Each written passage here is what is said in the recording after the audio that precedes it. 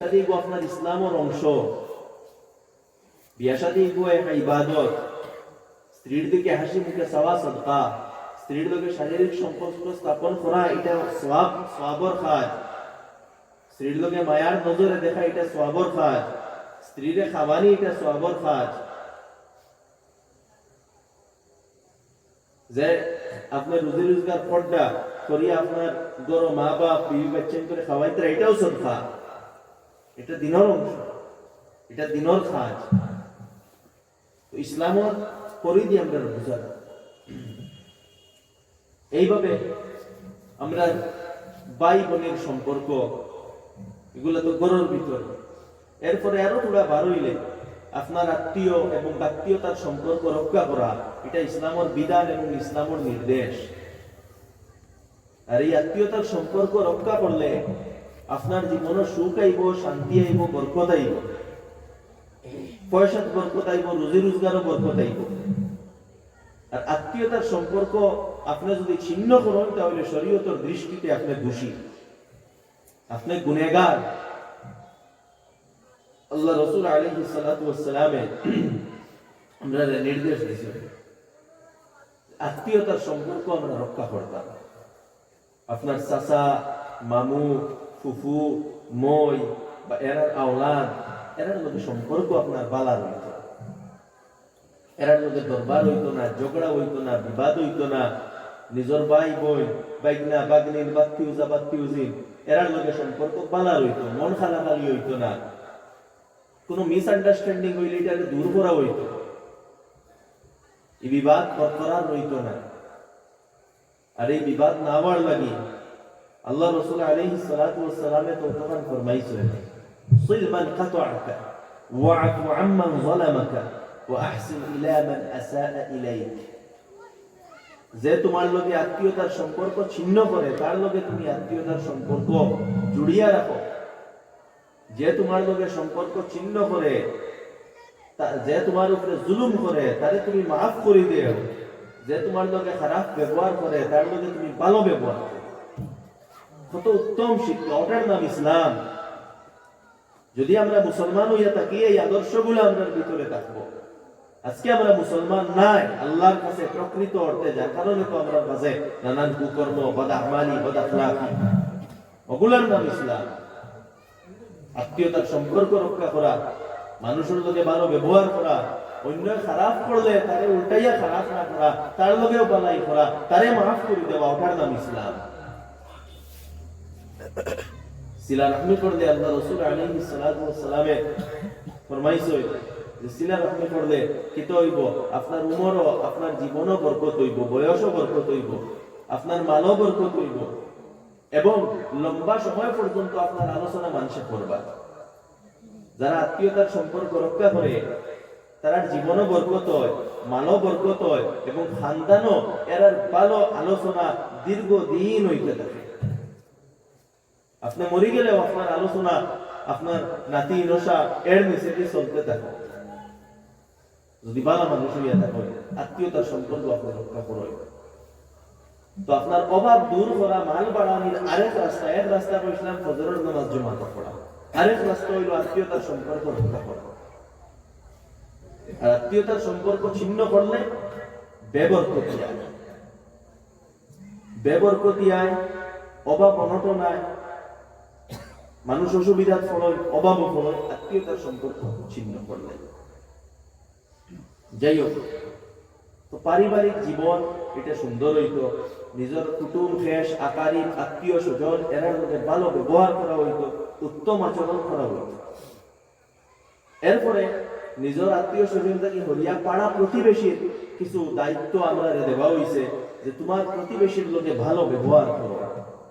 আল্লাহ রাসূল আলাইহিস সালাতু ওয়াস সালাম ফরমাইছেন ওয়া আহসিন ইলা জারিকা কুম মুমিনা, তোমার প্রতিবেশীর লোকে ভালো ব্যবহার করো, মুমিন হইবা। অর্থাৎ ইমানদার হইতে হইলে প্রতিবেশীর লোকে ভালো ব্যবহার করতে লাগবে। প্রত্যেক নারী, প্রত্যেক পুরুষে তার প্রতিবেশীর লোকে ভালো ব্যবহার করতে লাগবে যদি আপনি মুমিন হইতে চান। ইমানের সম্পর্ক প্রতিবেশীর লোকে ভালো ব্যবহার করার লগে। আপনার প্রতিবেশী যেও হোক না কেন, যে কোনো ধর্মর, যে কোনো এলাকার, যে কোনো জায়গার, যে কোনো ধরনের মানুষ হোক না কেন, প্রতিবেশীর লোকে ভালো ব্যবহার করতে লাগবো। আল্লাহ রাসূল আলাইহিস সালাতু ওয়াস সালাম ফরমাইছেন, যে প্রতিবেশীর সাতায় কষ্ট দেয় সে মুমিন নাই, তার ভিতরে ঈমান নাই। মুমিনে কোনোদিন প্রতিবেশীর সাতাইতে পারতো না। যদি কেউ প্রতিবেশীর সাতায়, প্রতিবেশীর কষ্ট দেয়, প্রতিবেশীর দুঃখ দেয়, সে মুমিন না। প্রতিবেশীর যায় জরুরতর খেয়াল রাখাও আমরা দায়িত্ব। আমার পড়োশি, আমার প্রতিবেশী, তার ঘরে পানি আসেনি, শীতর দিন তার ঘরে ব্ল্যাঙ্কেট আসেনি, তার হলুদাইন তোর সোয়েটার জ্যাকেট কাপড় ইটা আসেনি, এটাও খেয়াল রাখা আমরা দায়িত্ব, প্রতিবেশীর দায়িত্ব। ওগুলা প্রতিবেশীর দায়িত্ব। যে মুসলমান হইব, যে মুমিন হইব, তার দায়িত্ব আদায় করব, ওটার নাম ইসলাম। আর সামাজিক দায়িত্ব তো আছে, যে আমরা সমাজও কিভাবে চলতাম। ইসলামী সমাজ, ইসলামী সমাজের পরিচিতি কিটা? ইসলামী সমাজের পরিচিতি দুইটা জিনিস, একটা হইল ভ্রাতৃত্ববোধ আর একটা হইল ইনসাফ। যে সমাজও ভ্রাতৃত্ববোধ আছে, ভাই ভাই সম্পর্ক আছে, মায়া মোহাম্মত আছে, আর ইনসাফ আছে, ওটা হইল ইসলামী সমাজ। ওটা হইল ইসলামী সমাজের পরিচিতি। বুঝা গেল? যদি খালি বিবাদ থাকে, খালি ঝগড়া থাকে, আর মসজিদ থেকে বারোইয়া খালি দরবার আর গাইল আর রিয়াইল আর ফাসাদ থাকে, আর একে অন্যের লোকে মিল নাই, মন খালা খালি দরবার ঝগড়া এরকম থাকে, নাইনসাফি থাকে, জুলুম থাকে, এটা ইসলামী সমাজ না, এটা মুসলমানের সমাজ না। মুসলমানের সমাজ যেটার মধ্যে ইনসাফ থাকবো, যেটার মধ্যে মায়া মহব্বত, ভ্রাতৃত্ববোধ এবং একতা থাকবো, ওটা হইল মুসলমানের সমাজ। ঝগড়া, বিবাদ, বিয়ান, দরবার, ফসাদ, জুলুমওয়ালা যে সমাজ, এটা মুসলমানের সমাজ না, ওটার নাম ইসলাম। আপনার সমাজে মুসলমান বানায়, সমাজের মধ্যে মায়া মহব্বত আনয়, ভাই ভাই সম্পর্ক আনয়, একে অন্যরে ভাই ভাই মনে করয়, ইনসাফ আনয়, খেউরের উপরে যাতে জুলুম না হয়, খেউরের উপরে যাতে অন্যায় না হয়, খেউরের উপরে যাতে অত্যাচার না হয়। প্রত্যেক মানুষের দিল এই কথা থাকতো, যদি আপনি মুসলমান হই, প্রত্যেক মানুষের দিল এই কথা থাকতো যে আমাদেরকে খেউরের উপরে জুলুম হইতো না। এই মেন্টালিটি, এই মানসিকতা আমরা ভিতরে গড়িয়া তুলতে লাগবো যদি মুসলমান হইতে চান। আমাদেরকে খেউরের উপরে জুলুম হইতো না, আমাদেরকে কোনো অন্যায় কাজ হইতো না, আমাদেরকে কোনো খারাপ কাজ হইতো না, এই চিন্তাধারা মাথার ভিতরে রাখতে লাগবো। তো সামাজিক ভাবে আমরা মুসলমান হইতে লাগবো, সমাজ ও ন্যায় ভ্রাতৃত্ববোধ প্রতিষ্ঠা করতে লাগবো, এবং জুলুম আমরা সমাজ থেকে নির্মূল করতে লাগবো।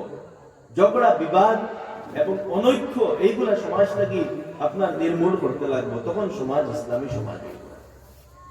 কারো অনেক জিনিস আছে, সময় যেহেতু কম, আমি সংক্ষেপে এইগুলো আলোচনা করিয়ে যাই। আর এরপরে আমরা জীবনের একটা গুরুত্বপূর্ণ অংশ হইল আমরা রুজি রোজগার, খায় খারবার, ব্যবসা বাণিজ্য। উপার্জন হালাল হওয়া প্রত্যেক মুমিনের লাগি জরুরি। জান্নাত যাইতে হইলে এবং নিজের আমল গুলারে অ্যাকসেপ্ট করাইতে হইলে রিজিক হালাল হওয়া জরুরি, উপার্জন হালাল হওয়া জরুরি। ইনকাম যদি হালাল থাকে না, আপনি হাজারো উমরা করেন, হজ করেন, হাজারো ইবাদত করেন, কোনো কিছু কবুল হইতো না যদি ইনকাম যদি হালাল থাকে না। ইনকাম হালাল হওয়া জরুরি। কিতা আমি উপার্জন করিয়া অন্যর হক মারিয়া খাইয়া না নিজে মেহনত করিয়া খাইয়া, এটা দেখতে লাগবো। ঘুষ খাইয়ার নি, সুদ খাইয়ার নি, না নিজে মেহনত করিয়া কামাইয়া খাইয়া, এটা দেখতে লাগবো। হারাম উপার্জন কিতা? অন্যর হক মারিয়া খাওয়া, অন্যর আপনার হক চুরি করিয়া খাওয়া, ডাকাতি করিয়া খাওয়া, আনা করিয়া অন্যর হক রে অন্যরে ঠগিয়া খাওয়া, সুদ খাওয়া, ঘুষ খাওয়া, স্কিমর পয়সা মারিয়া খাওয়া, আমানত খেয়ানত করা, মসজিদের পয়সা, মাদ্রাসার পয়সা, উম্মতের পয়সা, পাবলিকের পয়সা মারিয়া খাওয়া, করাপশন করা, সবগুলা হারাম ইনকাম। এইগুলো থেকে আমরা বাঁচতে লাগবো। আমরা উপার্জন হালাল করতে লাগবো এবং আমরা মাল আমরা ইনকাম রে অন্যর হক থেকে মুক্ত রাখতে লাগবো। মালর ব্যাপারে হকর ব্যাপারে আমরা খুব বেশি উদাসীন, খুব বেশি গাফিল এবং বিশেষ করে মিরাসের ক্ষেত্রে আমরা খুব বেশি গাফিল। প্রায় ফ্যামিলি, বেশিরভাগ ফ্যামিলি মানুষ মারা গেলে মিরাস বন্টন হয়, বনিন্তর হক দেওয়া হয় না, আরো সম্পর্কিত মানুষের হক দেওয়া হয় না, শরীয়ত মোতাবেক এগুলা বন্টন করা হয় না। আর জানিয়া রাখো আল্লাহর গজব নাজিল হওয়ার লাগি একমাত্র এই গুনাহ আমরা উপরে কাফি, আল্লাহর গজব নাজিল হওয়ার লাগি। কারণ এটা একটা সামূহিক গুনাহ, সার্বজনীন গুনাহ। যখন একজন মানুষ মারা যাইবা, একজন মানুষ মারা যাওয়ার পরে এই মানুষের যেগুলা সম্পত্তি আগে একজনের আসলো, জমিন 5 বিঘা আসলো, টাকা 2 লাখ 4 লাখ আসলো, যেগুলো আসলো একজনের আসলো, এখন তাই মারা গেছে, তাই তো নাই, এখন এই মালগুলা কার? এই মালগুলা এখন একজনের নাই, উত্তরাধিকারী যদি 5 জন তখন 5 জন। এখন এই জমির 5 জনে পাইতা, এই পয়সা 5 জনে পাইতা, এমন মাল 5 জনে পাইতা যারা উত্তরাধিকারী আছে। প্রায় দেখা যায় এগুলা মরার পরে পাঠাও হয় না, একজনে বা 2 জনে খাইতরা, আর বনিন্তরে তো দেওয়াও হয় না। এখন 2 জনে খাইতরা 5 জনের হক এগুলো হালালর, অন্যর হক খাইতরা হারাম। আর যতদিন খাইতে থাকবা অতদিন হারাম খাইতে, অতদিন তার নামাজ কবুল নাই, অতদিন তার রোজা কবুল নাই, তার হজ কবুল নাই, তার উমরা কবুল নাই, কিচ্ছু কবুল নাই। আর অবাধে এই গুনাহ চলে। মানুষ এই কথার জরুরতও মনে করে না যে একজন মানুষ মারা গেছে, তার আলিম উলামার কাছে গিয়া, মুফতিয়ানে কেরামের কাছে গিয়া ও কথা বুঝি যে তার সম্পত্তি কিলা বন্টন হইল। আমরা নিজরে মুসলমান বলিয়া পরিচয় দেই, কিন্তু এখনো আমরা সমাজে এরকম আছে যে বনিন্তরে তার হক দেওয়া হয় না। বাবা মারা গেলা, জমিন 5 বিঘা রাখলা, 2 বোন আসলা, বিয়া দিয়া দিলাইছ, এই 5 বিঘা এই 2 বোনটা কোনো হক দিতে না। একগুলো পয়েন্ট বিয়া দিতে সময় খরচ করছি, বিয়া দিতে সময় খরচ করছে, আপনার খরচ করছে। মিরাস এগুলোর লজিক চলতো না। মিরাসের হুকুম আল্লাহ তাআলা কোরআনে পাকে সবচেয়ে বিস্তারিত বর্ণনা করিয়া দিয়েছে। এগুলো ইজতিহাদি জিনিস না, এগুলো ক্লিয়ার জিনিস, ক্লিয়ার কাট জিনিস।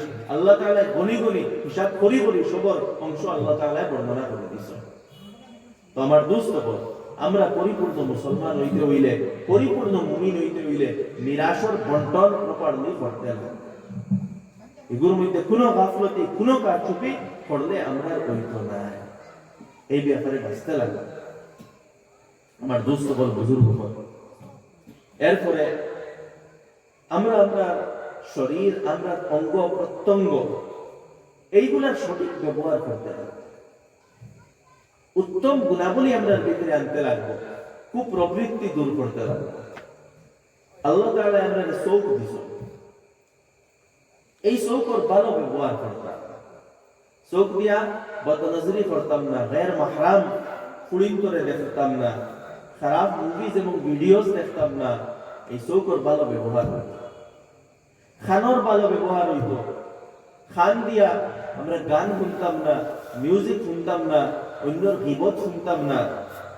আমরা মুখের হেফাজত হইত, মুখ দিয়ে আমরা মিশা মাতিতাম না, মুখ দিয়া অন্যর গীবত করতাম না, মুখ দিয়া অন্যরে গালি দিতাম না, মুখ দিয়া মিশা সাক্ষী দিতাম না, মুখ দিয়া অন্যর দিল আঘাত দিয়া কথা হইতাম না। মুখর আমরা হেফাজত করতাম। আমরা পেটর হেফাজত করতাম, হারাম মাল থাকি, হারাম খানি থাকি, অন্যর হক থাকি। আমরা লজ্জাস্থানের হেফাজত করতাম, জিনা থাকি, সেক্সুয়াল গুনাহ থাকি, যত ধরনের সেক্সুয়াল গুনাহ আছে সেইগুলা থাকি আমরা লজ্জাস্থানের আমরা হেফাজত করতাম। এইভাবে ফাওর হেফাজত করতাম, ফাওর লইয়া খারাপ জায়গায় যাইতাম না। কারণ কিতা, এই সবগুলা অঙ্গ প্রত্যঙ্গরে জিজ্ঞেস করা হইব। আল-ইয়াওমা নাখতিমু আলা আফওয়াহিহিম ওয়া তুকাল্লিমুনা আইদিহিম ওয়া তাশহাদু আরজুলুহুম বিমা কানু ইয়াকসিবুন। কিয়ামতের দিন মুখ ফুটি বন্ধ হইব আর শরীরের প্রত্যেক অঙ্গ প্রত্যঙ্গ হইব হে কিতা করছে। তো আমরা শরীরের অঙ্গ প্রত্যঙ্গ গুলা তার প্রপার ব্যবহার আমরা করতাম, প্রপার ইউটিলাইজ করতাম, গুনাহ থেকে আমরা বাঁচিতাম। এইভাবে আমরা উপরে দায়িত্ব হইল আমরা অন্তরের কুপ্রবৃত্তিরে আমরা দূর করতাম। অন্তরের বিভিন্ন ধরনের গুনাহ আছে, যেমন হাসদ আছে, যেমন অহংকার আছে, যেমন রিয়া আছে, যেমন মানুষরা দেখানোর লাগি, মানুষকে খুশ করার লাগি কাজ আছে। এই কুপ্রবৃত্তি গুলা দূর করতাম। দুশ্মনী আছে, অন্যের উপরে জ্বলা আছে, এইগুলা অন্তর থেকে বার করিয়া বলাইতাম। অন্তর ভালো গুণাবলী গুলা আনতাম, ইখলাস আনতাম, আল্লাহরে রাজি করার লাগি সব কাজ করতাম। অন্তর মহব্বত আনতাম, অন্যের প্রতি সম্মান এবং রেসপেক্ট আনতাম, অন্তর নম্রতা ভদ্রতা আনতাম। এইগুলো আমার দায়িত্ব। যেভাবে জাহিরি গুনাহ, যেভাবে মদ খাওয়া হারাম, ওভাবে অহংকার করাও হারাম। যেভাবে আপনার চুরি করা হারাম, ওভাবে হাসদ এবং হিংসা করাও হারাম। এই কথা বোঝা লাগবো আমরা। মদ খাওয়া জেলা হারাম, ড্রাগস খাওয়া জেলা হারাম, এইভাবে অহংকার করা, বেটাগিরি দেখানি, বড়ত্ব দেখানি, এগুলাও হারাম। আমরা বুঝি না এইগুলা। পারফেক্ট মানুষ হইতে লাগবো, আমরা নিজের পারফেক্ট বানাইতে লাগবো। অভ্যন্তরীণ মেহনতর লাগি আমরা বুজুর্গানে দিন হলে বিভিন্ন খানকাও হল খরচ, খানকাও হল আপনার এখানে কৈলাসর, আপনার টিরাবাজার মসজিদ বর্তমানে খানকা চলে। 5 দিন খানকা ওই বজর আমির শরীয়ত দামত বরকাতুম ওয়াইবা আরো উলামা ইকরাম হলাইবা। আমিও আজকে গিয়ে ওখানে 10-15 মিনিট আলোচনা করিয়া আইছি। তো এই খানকা কোনো জাহাইন সময় বার করই, 1 দিন 2 দিন অনুগিয়া থাকই, নেক মজলিসও রইবা।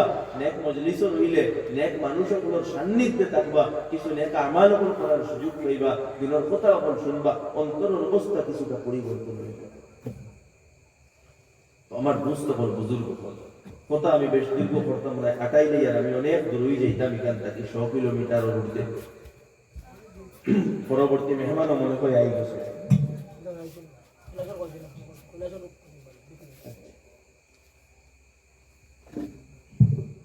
এই নয় যাইতাম ওই মা তাকাইলে। তো অন্তরের যে গুনাহ যেগুলা, এইগুলা আমরা প্রায় সময় খেয়াল করি না, বা আমরা নিজের শরীরের অঙ্গ প্রত্যঙ্গ এইগুলার আমরা খেয়াল করি না। এইগুলারে আমরা ঠিক করতাম। আর বিশেষ করে আমার মেহমান আমার আগে আমি যুবক ভাই আপনার উদ্দেশ্য করিয়া কিছু কথা বলব। যদিও এই কালো যুবক গুলোর সংখ্যা কম, জানি আমরা এলাকাত মনে করি যুবক গুলোর সংখ্যা কম। আচ্ছা, দেখুন যুবক হল এরা আমাদের সমাজের ভবিষ্যৎ।